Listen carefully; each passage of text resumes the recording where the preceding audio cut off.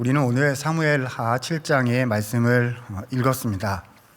성경을 공부하는 사람들은 이 사무엘하 7장 오늘 우리가 읽은 8절부터 16절을 다윗 언약이라는 이름으로 부르고 있습니다. 하나님께서 다윗에게 허락해 주신 언약의 말씀이다라는 뜻이지요. 이 하나님의 언약을 받았던 오늘 본문의 이 순간은요, 다윗의 인생에 있어서 아마도 최고의 순간이 아니었을까 생각됩니다. 무슨 골리앗을 이겼던 승리의 순간, 이스라엘의 왕좌에 올랐던 그런 순간, 그런 순간들과는 비교조차 할 수 없었던 최고의 순간이었을 것이다 라고 여겨집니다. 왜냐하면 이 본문 내용을 보게 되면 다윗의 후손으로 장차 우리 주님이신 예수님께서 오시게 될 것이다. 바로 그 내용이 약속으로 주어지고 있기 때문입니다. 구약 성경을 통해서 가장 중요한 예수님을 보여주는 제일 중요한 본문을 몇 개만 꼽아봐라 라고 한다면 5손가락 안에 당연히 들어가야 될 그런 말씀이 오늘 본문입니다. 자, 이렇게 귀한 약속을 다윗이 하나님께 받은 것인데요. 어떻게 다윗이 이런 약속을 하나님께로부터 받을 수가 있었던 것이었을까요? 다윗은 하나님께서 그에게 허락하셨던 훈련의 과정을 지금까지 거쳐왔습니다. 그러니까 이런 위대한 약속이 그에게 주어졌을 때는요, 그만큼 하나님께서 그를 준비시키고 훈련시키셨던 기간이 필요했다는 것입니다. 물론 하나님은 준비 안 된 상황에서도 약속을 주실 수 있으세요. 그런 경우가 없지는 않습니다. 그런데 이 귀한 약속이 다윗의 삶에 주어졌을 때 하나님께서 그를 훈련시켜 오셨던 그 다윗의 인생의 여정이 참으로 빛나게 되었던 것을 우리는 본문 통해서 알 수가 있는 것입니다. 그래서 아무쪼록 오늘 사무엘하 7장 말씀을 함께 나누면서요, 이 하나님의 영광스러운 약속의 말씀이 오늘 예배에 함께 하시는 우리 성도님들 개개인의 삶에, 또 여러분이 함께 하고 계시는 그 공동체의 삶에 주께서 동일하게 허락해 주시기를, 이 은혜를 동일하게 허락해 주시기를 소망하게 되는 것입니다. 사실 얼마 전에요, 주일 예배를 통해서 저는 다윗의 인생 전반부에 대해서 잠시 생각해 본 바가 있었습니다. 바로 사무엘상 16장의 내용을 통해서 말씀을 전해 본 그런 시점이 얼마 전에 있었습니다. 우리가 잘 아는 말씀 중에 16장에 보면 이런 구절이 있어요. 사람은 외모를 보거니와 여호와는 무엇을 보신다? 중심을 보신다라는 말씀이 다윗에게 기름 붓기 직전에 하나님께서 하신 말씀입니다. 이때 중심이란 마음이라는 단어입니다. 그러니까 사람은 겉모양, 얼마나 준비됐는가, 스펙, 배경 이런 것을 보지만 하나님께서는 사람의 마음을 보신다, 이런 뜻이지요. 그런데 여기서 이 다윗 스토리 중에서 하나님께서 마음을 보신다고 했을 때 그 마음이란 처음부터 잘 준비돼서 퍼펙트하게, 완벽하게 준비된, 인간적으로 봤을 때 부족함 없는 그런 걸 말하는 것이 아니었습니다. 하나님이 중심을 보신다고 했을 때, 마음을 보신다고 했을 때 그 마음이란요, 결정적인 순간에 선택의 기로에 섰을 때 내 마음을 이렇게 꺼내서 그때 하나님께 그 마음을 드리는 것입니다. 하나님을 선택하기로 하는 것, 그것이 하나님이 보시는 마음이다. 사무엘상 16장부터 그 이후에 여러 가지 스토리들을 통해서 제가 지난번에 말씀드린 내용이었습니다. 절망의 구렁텅이에 빠졌잖아요. 기름 부음을 받아서 왕에 대한 약속 하나님께로부터 받았는데 바로 그 약속 때문에 사울에게 쫓겨다니는 신세로 전락하고 맙니다. 결정적인 순간이 있었어요. 힘들고 어려운 순간이 있었던 거죠. 그때마다 다윗은 자신의 마음을 이렇게 감추는 게 아니라 이렇게 꺼내서 하나님께 그 마음을 드렸던 것입니다. 하나님이 그를 훈련해 가시는, 마음을 준비시켜 가신 일련의 과정이었다. 사무엘상에 나오는 다윗의 그 피난의 여정길을 그렇게 설명을 드린 바 있었습니다. 자, 오늘 우리는 그 다음 이야기로 넘어가서 사무엘하 앞부분부터 오늘 본문까지의 이야기를 좀 생각해 보고 싶습니다. 자, 오랜 도망자 기간을 거쳐서요, 하나님께서 다윗의 마음을 빚으신 후에 드디어 다윗 인생이 이렇게 개화하는 그런 시기가 온 것이 사무엘하 1장에 나타나고 있습니다. 바로 하나님께서 사울 왕을 죽이시고 그 소식이 다윗에게 전달되어 온 바로 그 내용이 사무엘하 1장에 나오고 있는 거죠. 그 사울 왕이 블레셋과 전투를 하다가 죽게 됩니다. 그리고 사울의 아들들도 다 죽게 되죠. 자, 사무엘하 1장에 보면 아말렉 병사 한 명이 다윗을 찾아와서 자기가 사울 왕을 죽였다라고 소식을 전해주게 됩니다. 사실 이 아말렉 병사는 그러니까 이방 병사라는 거잖아요. 이방 출신이라는 것이고, 사실 이 아말렉 병사가 사울 왕을 죽인 것은 아니었어요. 사무엘상 31장 바로 그 앞장에 읽어보면 사울이 스스로 칼에 자기 몸을 던졌다, 그래서 죽었다, 이렇게 돼 있거든요. 그러니까 이 아말렉 병사가 사울을 죽인 게 아닌데 다윗에게 와서 자기가 사울을 죽였다고 사실상은 거짓말에 가까운 이야기를 한 거죠. 아마 이 소식 이렇게 얘기하면 다윗이 나에게 큰 상을 주지 않겠는가, 이런 기대감이 있었던 것이 아닌가 싶습니다. 이에 대해서 다윗이 어떤 반응을 보였을까요? 평범한 사람이라면, 저라면요, 굉장히 기뻐하면서 이 귀한 소식을 전해온 저 병사에게 큰 상을 내리도록 해라. 내 인생이 오늘부터 꽃길이로구나, 이렇게 생각하면서요, 잔치를 벌이고 완전히 분위기를 돋우는 거죠. 우리 앞으로 가자. 이제 사울은 없다. 이제 우리 세상이다. 이렇게 하고 싶지 않았을까 싶습니다. 그런데요, 다윗은 전혀 다른 반대, 그죠? 인간적으로 생각하면 우리가 보일 것 같은 모습과 반대가 되는 반응을 보입니다. 자, 다윗은 자꾸 반대가 되는 행동을 너무 많이 해요. 자, 사무엘하 1장 11절 12절에 보니까 이렇게 기록하고 있습니다. 이에 다윗이 자기 옷을 잡아 찢음에 함께 있는 모든 사람도 그리하고 사울과 그 아들 요나단과 여호와의 백성과 이스라엘 자손이 칼의 죽음으로 말미암아 저녁까지 슬퍼하며 울며 금식을 했다, 이렇게 되어 있습니다. 슬퍼한 거예요. 속으로 기쁘지 않았을까, 이렇게 생각이 되는데요, 슬퍼했다, 이렇게 되어 있습니다. 그러면 이 아말렉 병사는 어떻게 해야 되죠? 상을 내려도 모자랄 판국인데요, 그런데 이 아말렉 병사를 다윗은 죽이기로 합니다. 1장 14절 보니까 이렇게 얘기합니다. 내가 어찌하여 손을 들어 여호와의 기름 부음 받은 자 죽이기를 두려워하지 아니하였느냐. 사울이 여호와의 기름 부음 받은 왕인데 네가 어찌하여 하나님이 세우신 왕을 죽였느냐, 이렇게 얘기하면서 그러니까 너도 죽어야 한다 라고 했다는 겁니다. 여러분, 지금 이 맥락을 잘 이해하셔야 되는데요, 다윗은 지금 사울 이야기를 하고 있는 것이 아닙니다.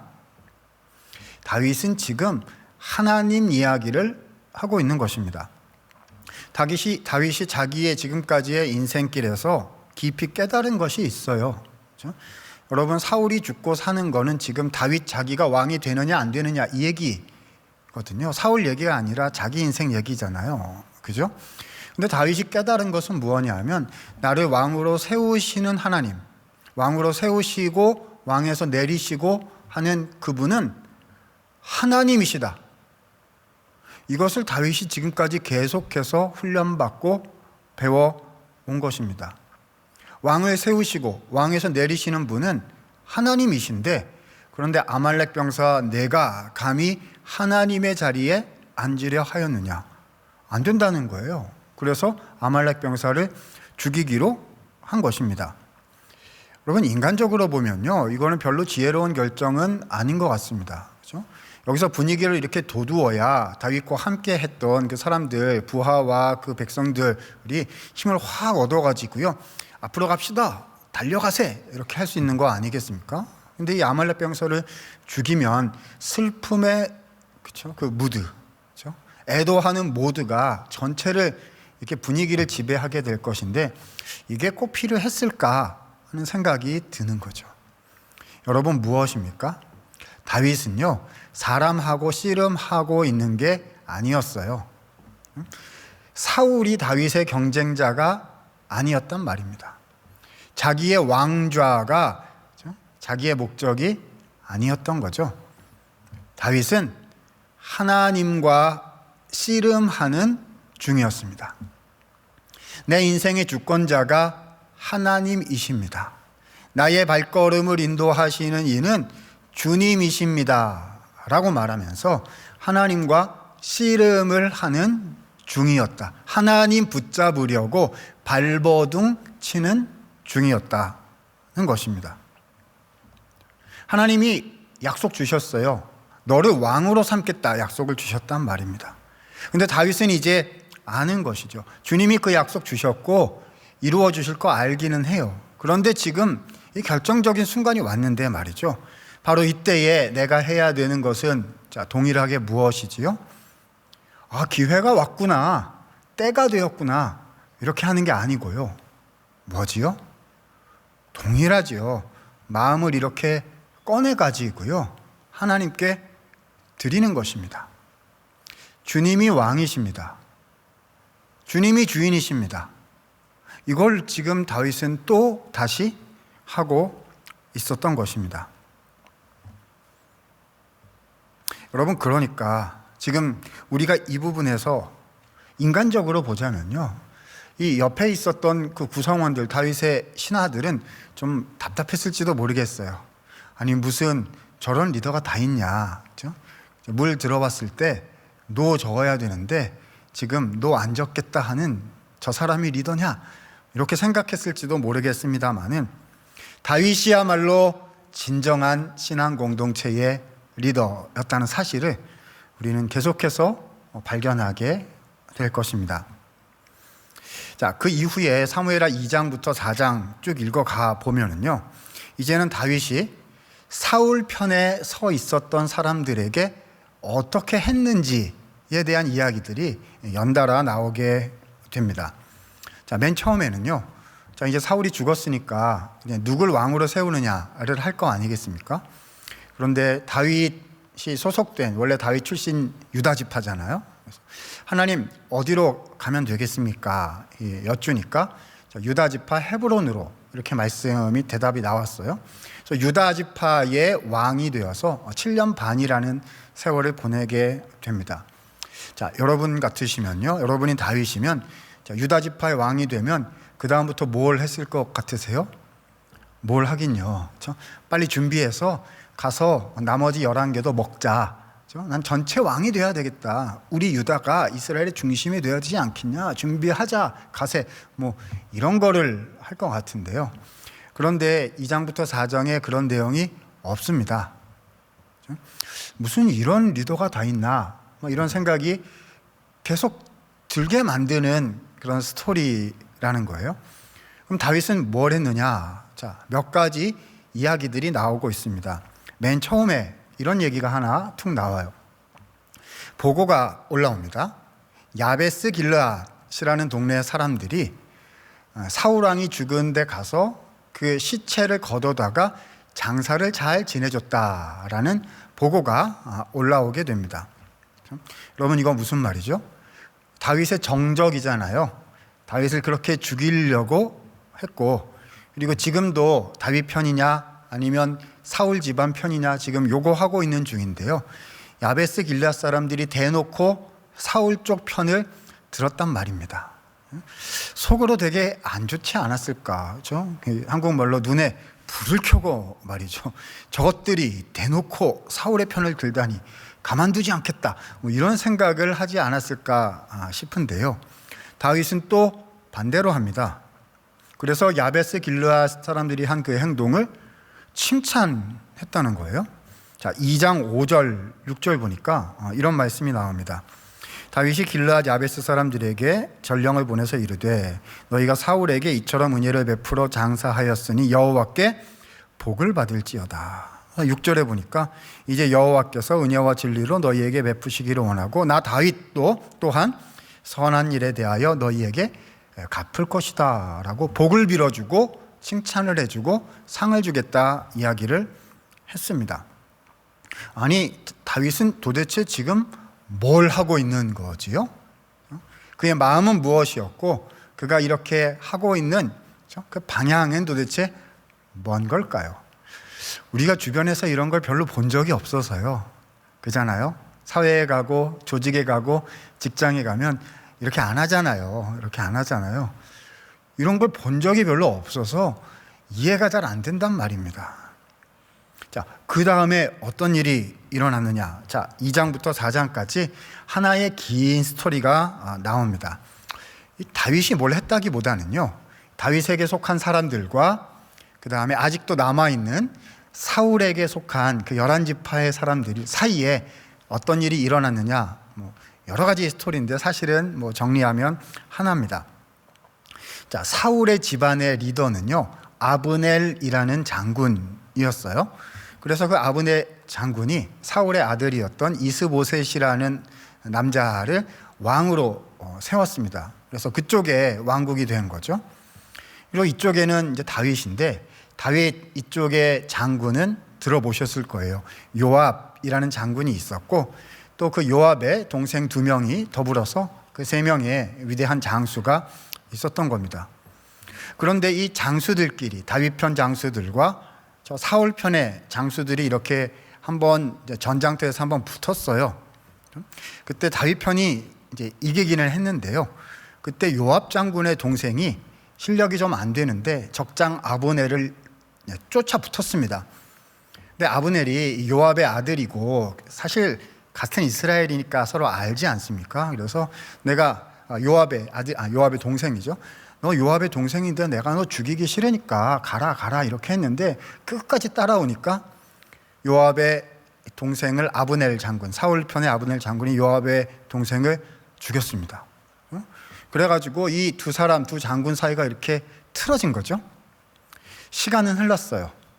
그 사울 편에 이 아브넬 장군과 그가 모시고 있었던 이스보셋 사이가 갈라지게 되고요. 그래서 아브넬이 마음을 정합니다.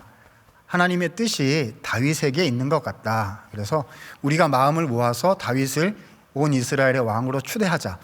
이쪽으로 방향성을 정하고 다윗을 찾아와요. 그래서 다윗과 이렇게 아브넬이 만나서 앞으로 이렇게 해서 우리가 이스라엘을 다 하나로 만들자. 이런 좋은 얘기를 나누게 된다는 겁니다. 와, 다윗에게 또 기회가 온 거죠. 주님, 제가 주님께 마음을 드리고 하나님의 때를 기다렸더니 드디어 이런 날을 주시는군요. 할렐루야. 속으로 저 아마 쾌재를 부르지 않았을까 싶습니다.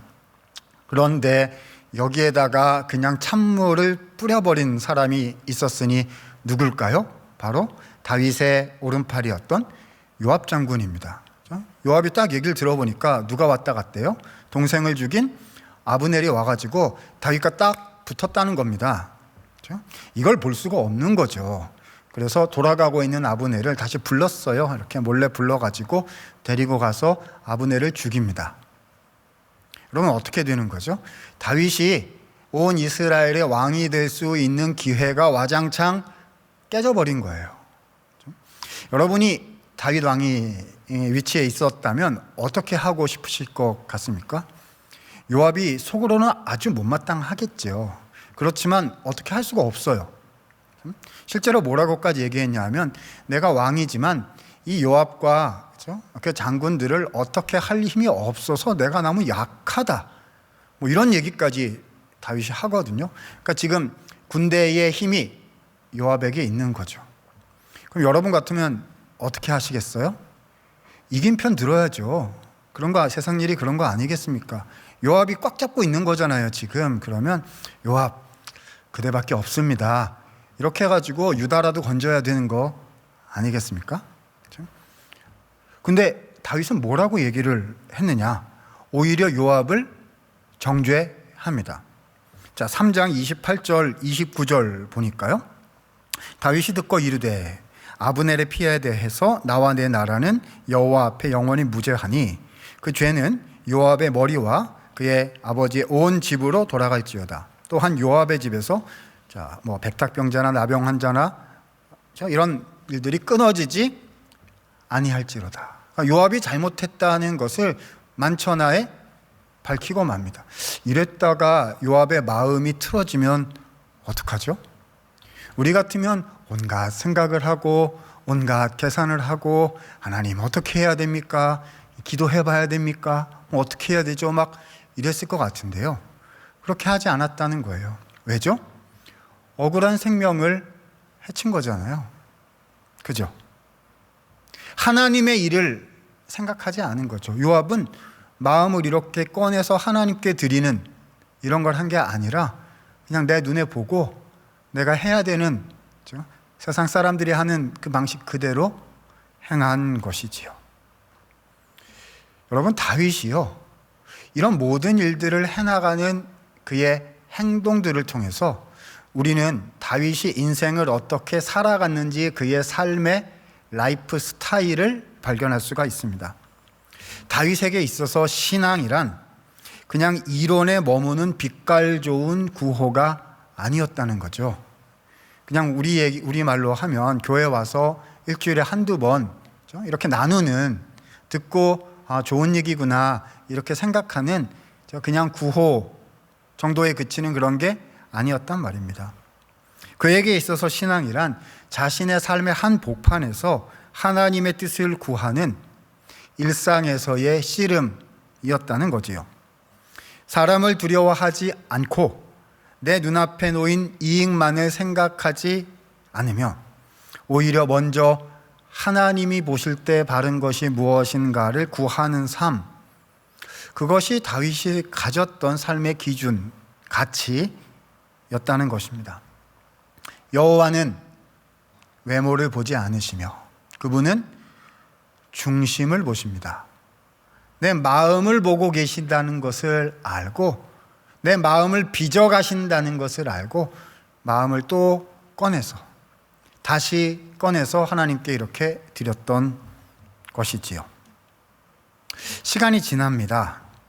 하나님께서는 또 일들을 진행시켜 주셔서요, 그래서 그 이스보셋이 죽게 되고 결국은 이스라엘의 온 12지파가 다윗을 왕으로 추대하는 일이 일어나게 되죠.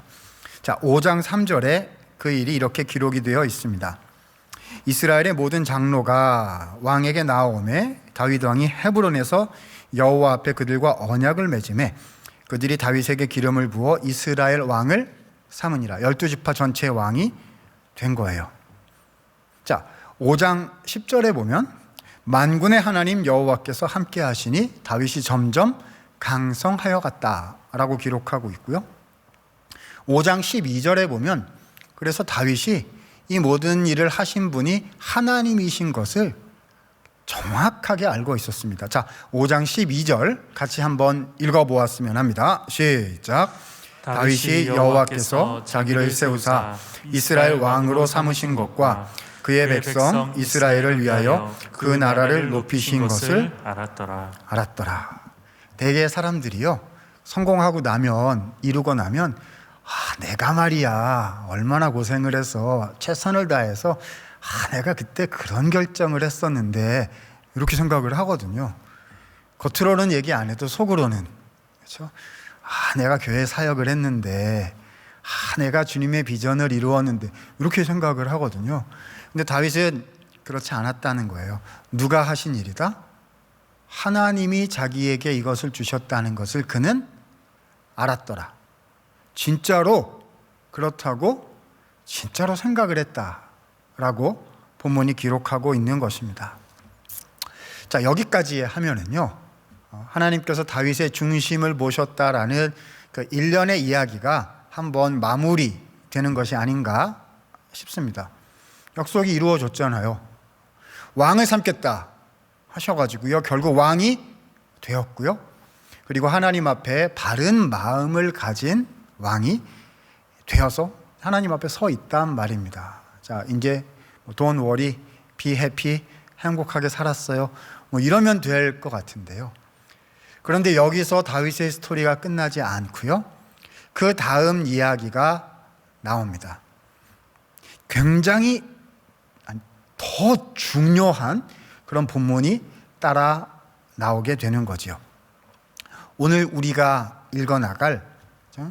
이미 읽은 사무엘하 7장의 다윗 언약 이야기가 되겠습니다. 여러분, 다윗이 이런 마음을 가졌으면요, 자신을 왕 삼아주신 하나님께 어떻게 했을 것 같아요? 이제 저는 왕이 됐으니까요, 하나님 이제부터는 제가 운전대 잡겠습니다. 주님은 수고하셨으니까 좀 뒤에 가셔서 편히 쉬십시오. 이렇게 했을까요? 아니죠. 다윗의 마음이 하나님께 대해서 어떠했는지, 얼마나 절절하고 얼마나 살아있었는지가 분명한 거잖아요. 지금까지 우리가 보지 않았습니까? 그래서 다윗은요, 이제 새로 자기가 도읍으로 삼았던 예루살렘에서 하나님의 법궤를 모실 성전 건물을 지어서 드리겠다라는 결심을 하게 됩니다. 자, 7장 2절 말씀에 보니까 이렇게 기록합니다. 왕이 선지자 나단에게 이르되 볼지어다 나는 백향목 궁궐에 살고 있는데 하나님의 법궤는 어디에 계시다? 휘장 안에 계시다. 요즘 말로 하면은요, 다윗은 아방궁, 화려한 궁궐에 살고 있는데 하나님께서는 요 앞에 텐트 치고 캠핑하고 계셨다. 이런 말이거든요. 너무 죄송한 거죠. 내가 왕이 아니고 하나님이 왕이실진데 하나님이 거하실 건물을 지어 드려야겠다, 성전을 지어야겠다라고 생각을 한 겁니다. 오늘 우리가 읽은 이제 본문의 내용인 거죠. 다윗 언약이라고 부른다는 이제 그 본문입니다. 자, 그런데요, 하나님은 다윗에게 뭐라고 말씀하셨냐 하면, 다윗, 네가 성전을 짓는 게 아니다 라고 하셨어요. 왜 아니라고 하셨죠? 우리는 흔히 이렇게 알고 있는 경우가 많습니다. 이 주일학교 버전으로 알고 있는 경우가 많아서요, 하나님이 다윗 너는 부족하니까 너는 안 된다, 너는 깜냥이 안 된다, 이렇게 대답하신 걸로 우리가 조금 잘못 알고 있는 경우들이 있는데요, 흔히 뭐라고 생각하죠? 다윗 네 손에 뭐가 가득해서? 피가 가득해서 넌 안 되고 네 아들 솔로몬이 하는 거다, 이 버전으로 노하셨다라고 알고 있는데요, 실제로 잘 읽어보면 그렇지 않습니다. 하나님은 거절하신 것이 아니셨어요. 정확히 얘기하자면 노하신 것이 아니고 더 큰 예스를 하셨던 것입니다. 다윗이 예상하지도 못했고 기대하지도 않았던 더 위대한 약속을 갑자기 허락해 주셨던 거예요. 자, 더 큰 약속이다. 더 큰 약속이다. 이것이 우리 설교의 핵심 주제인데요. 자, 이 7장에 그래서 우리가 읽은 8절부터 16절까지가 이 기도에 대해서 하나님께서 다윗에게 내려주신 응답이었습니다. 근데 이 응답의 핵심 단어는 집이라는 단어입니다. 집이라는 단어고요. 이 단어가 건물 성전을 훌쩍 뛰어넘어가는 깊은 뜻을 갖고 있는 단어입니다. 자, 몇 절만 볼게요. 자, 7장 11절 뒷부분에 보니까 이렇게 기록합니다. 여호와가 다윗 너에게 이르노니 나 여호와가 너 다윗을 위하여 무엇을 짓겠다? 집을 짓겠다라고 하셨습니다. 이게 핵심 어휘예요. 자, 여기서 하나님께서 다윗에게 집을 주신다 하셨는데 이 집이 뭘까요? 건물 얘기하는 건가요? 다윗은 이미 궁궐이 있다니까요. 그럼 여기서 집은 무엇일까요? 다음 구절인 12절에 이렇게 나오고 있습니다. 내 수완이 차서 조상들과 함께 누울 때에 내가 너의 몸에서 날 너의 무엇을? 씨를 너의 뒤에서 세워서 그 나라를 견고하게 하리라. 너에게 집을 주겠다라고 하신 말씀의 뜻은, 자, 다윗에게 무엇을 주겠다? 씨를 주겠다, 후손을 주겠다. 그래서 그 후손이 나라를 이루게 하겠다라고 라고 말씀하신 겁니다.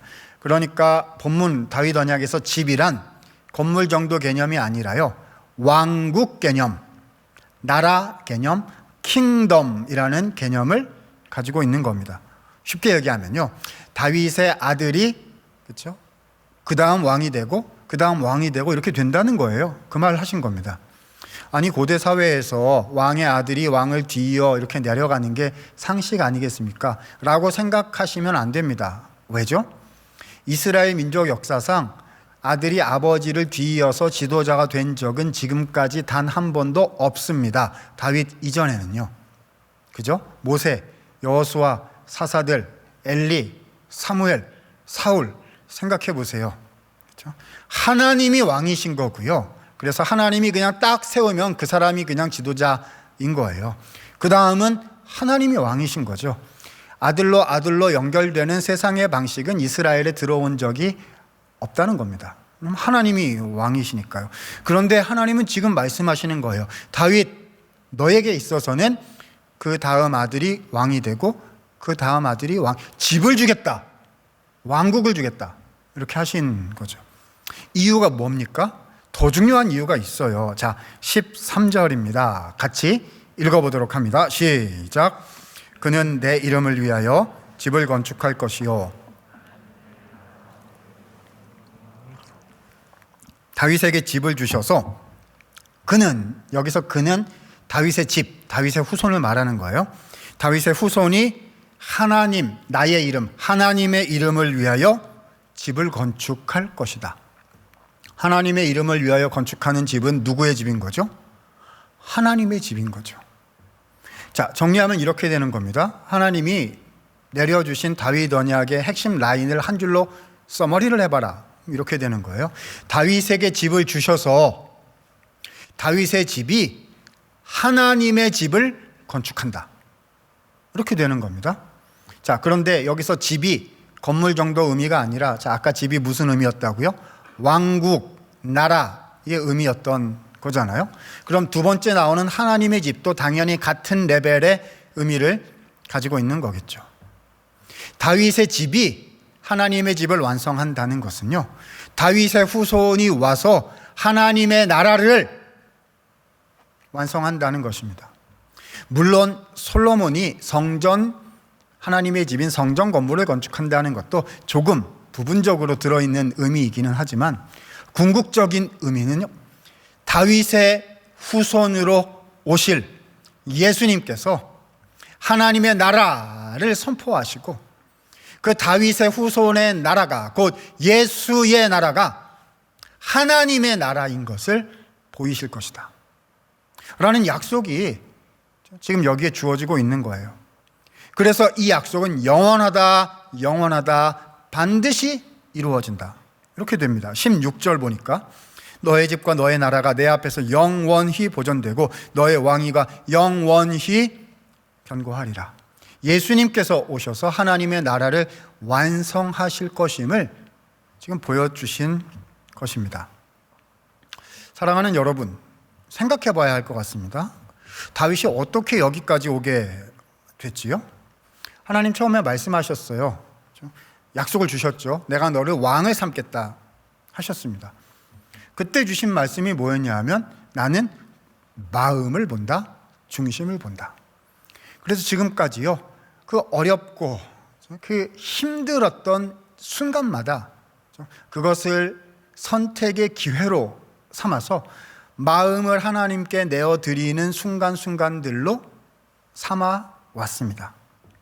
기회가 왔다고 해서 이게 덥석 그냥 좋아하면서 잡으려고 하지도 않았어요. 다윗은 뭘 한 거지요? 마음을 지킨 것입니다. 중심을 지킨 것이죠. 기회를 잡고 기뻐하는 것보다 더 중요한 것은 내가 하나님과 함께 거한다는 사실이, 내가 하나님의 뜻을 구한다는 사실이 그에게는 더 중요했고, 그것이 원칙이었고, 그것이 다윗에게 소망과 기쁨과 소원이었다는 거예요. 마음을 지켜냈다는 거죠. 바뀌지 않았어요. 눈앞에 어려운 일이 벌어지든지 눈앞에 기회다 싶은 일이 벌어지든지 간에 그 마음을 그대로 지켰다는 것입니다. 그랬더니 어떻게 되었습니까? 두 번째 약속이 내려온 거예요. 첫 번째 약속은 뭐죠? 너를 왕 삼겠다, 이 약속이었잖아요. 그런데 이제는 그것을 뛰어넘어가는 두 번째 약속이 주어진 겁니다. 너에게 왕국을 주겠다. 상상조차 하지 못한 영원한 약속이 내려온 거지요. 여러분이 두 번째 약속 다 내려고 뭔가 좋은 거 something else, something better 주세요, 뭐 이렇게 하려고 그렇게 다윗이 지금까지 해온 게 아니었지 않습니까? 무엇이 올바른 삶인지 판단해서 하나님 앞에 자신의 마음을 지키려고 해온 거예요. 그랬더니 하나님께서 더 귀한 약속을 내려주셨다는 것입니다. 이것이 오늘 본문에서 우리가 들어야 하는 메시지라고 생각됩니다. 하나님 앞에 우리는요, 마음을 지키는 사람들이 되어야 합니다. 약속 때문에 흔들리면 안 된단 말입니다. 약속이 흔들린다고 내 마음이 흔들리면 안 되고요. 그렇죠? 약속이 지금 이루어지는 것 같다고 그래서 또 마음이 흔들리면 안 되고요. 그 마음 그대로 하나님이 왕이십니다. 주님이 이루십니다. 주님이 주인이십니다. 저는 순종하고 주의 뒤를 따를 뿐입니다. 이 마음을 지켜내야 한다는 것이지요. 여러분, 두 번째 약속은요, 다윗 개인에 대한 약속이 아니잖아요. 하나님 나라에 대한 약속이고 공동체에 대한 약속이고 다음 시대, 다음 세대, 다음 사람들에 대한 약속이란 말입니다. 마음을 지켰더니 하나님이 이렇게 더 귀한 가치가 있는 일들을 다윗에게 부어주셨다는 거예요. 여러분, 더 좋은 약속 어떻게 받아내느냐, 그 설교 아닙니다. 지금 걸로 안 되고 더 위대한 신앙인이 되세요, 뭐 이런 얘기하는 게 아니라는 거죠. 오늘 본문은요, 하나님의 사람이 어떻게 하나님을 따라 살아가느냐, 약속을 받은 사람은 그 다음에 어떻게 그것을 살아내느냐, 그 이야기를 지금 하고 있는 것입니다. 첫 번째 약속, 마음을 지켰더니요, 첫 번째 약속이 이루어질 뿐 아니라 더 귀한, 더 큰 두 번째 약속을 주셨다는 거예요. 여러분, 이러한 두 번째 약속을 향해서 나아가고 싶지 않으십니까? 어떻게 해야 되죠? 마음을 지켜야 되는 거죠. 중심을 지켜야 하는 것입니다.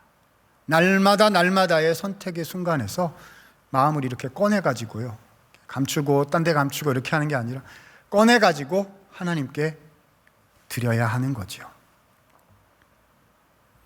약속 그것만 보려고 하면은요, 그렇죠? 약속이 뭐죠?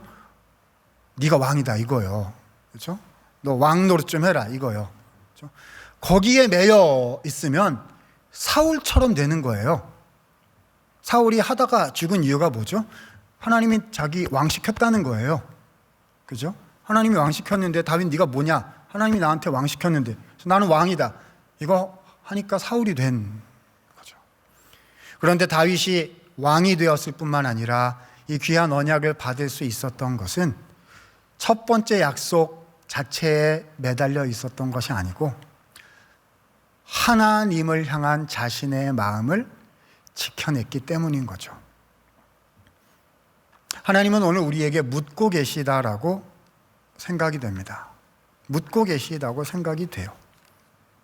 여러분은 어디에 마음을 두고 계십니까? 이렇게 마음 꺼내가지고요, 우리가 날마다 마음을 어딘가 이렇게 주거든요. 맨날 생각하고 또 때로는 기도하고 마음을 꺼내서 이렇게 주거든요. 마음을 어디에 두고 계십니까? 하나님이 주신 약속, 비전, 사명, 일터 중요하죠? 중요합니다.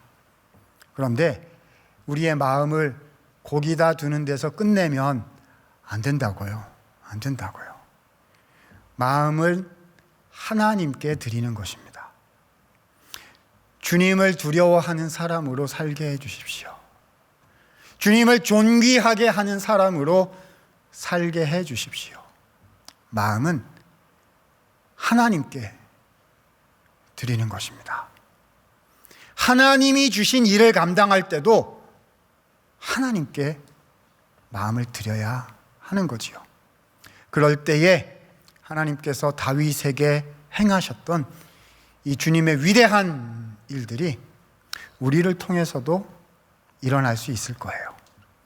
혹시 내 마음이 가서 탁 붙어 있는 뭔가가 있다면, 안 떨어져요. 탁 붙어가지고 안 떨어져요.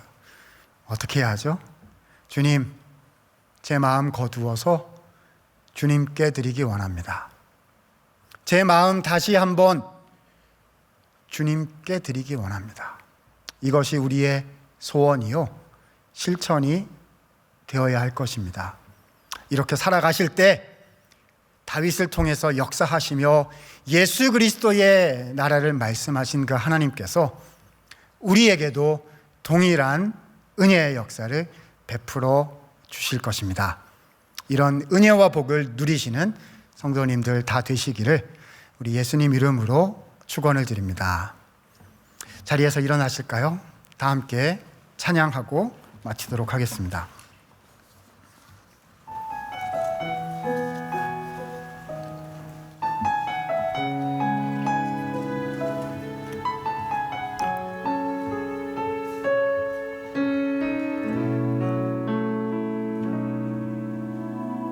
세상을 살아가는 동안에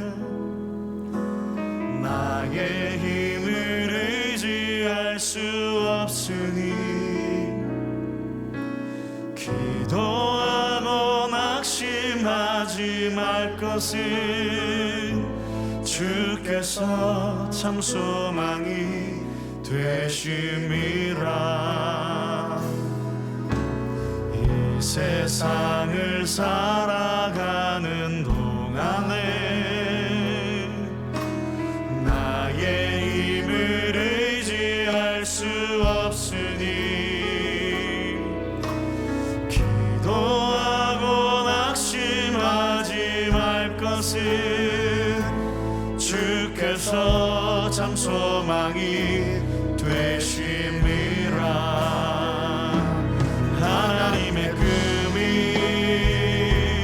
나의 비전이 되고 예수님의 성품이 나의 인격이 되고 성령님의 권능이 나의 능력이 되길 원하고 바라고 기도합니다. 주의 길을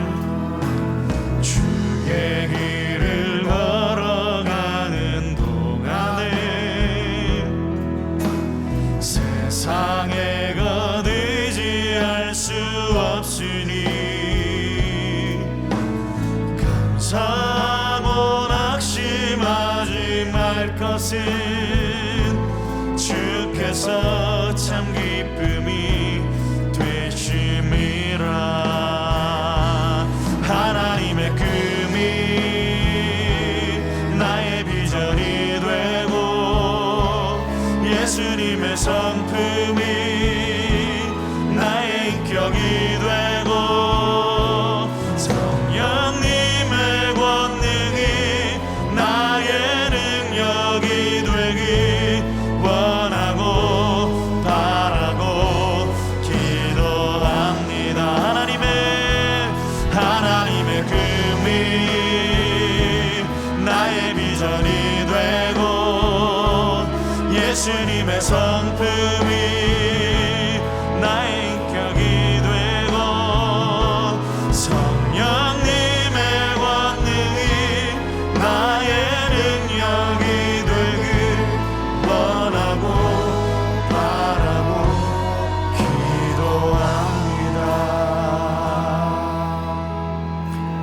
이제는 구주 예수 그리스도의 은혜와 하나님의 사랑과 성령의 교통하심이 예수님이 걸어가신 길을 따라 하나님을 기쁘시게 하며 우리의 마음을 날마다 주님께 드리며, 그래서 다윗처럼 하나님 앞에 바른 중심으로 주님 앞에 존귀한 성도의 삶을 살아드리기를 소원하고 다짐하는 주의 모든 백성들 머리 위에 이제로부터 영원토록 함께 계실지어다. 아멘.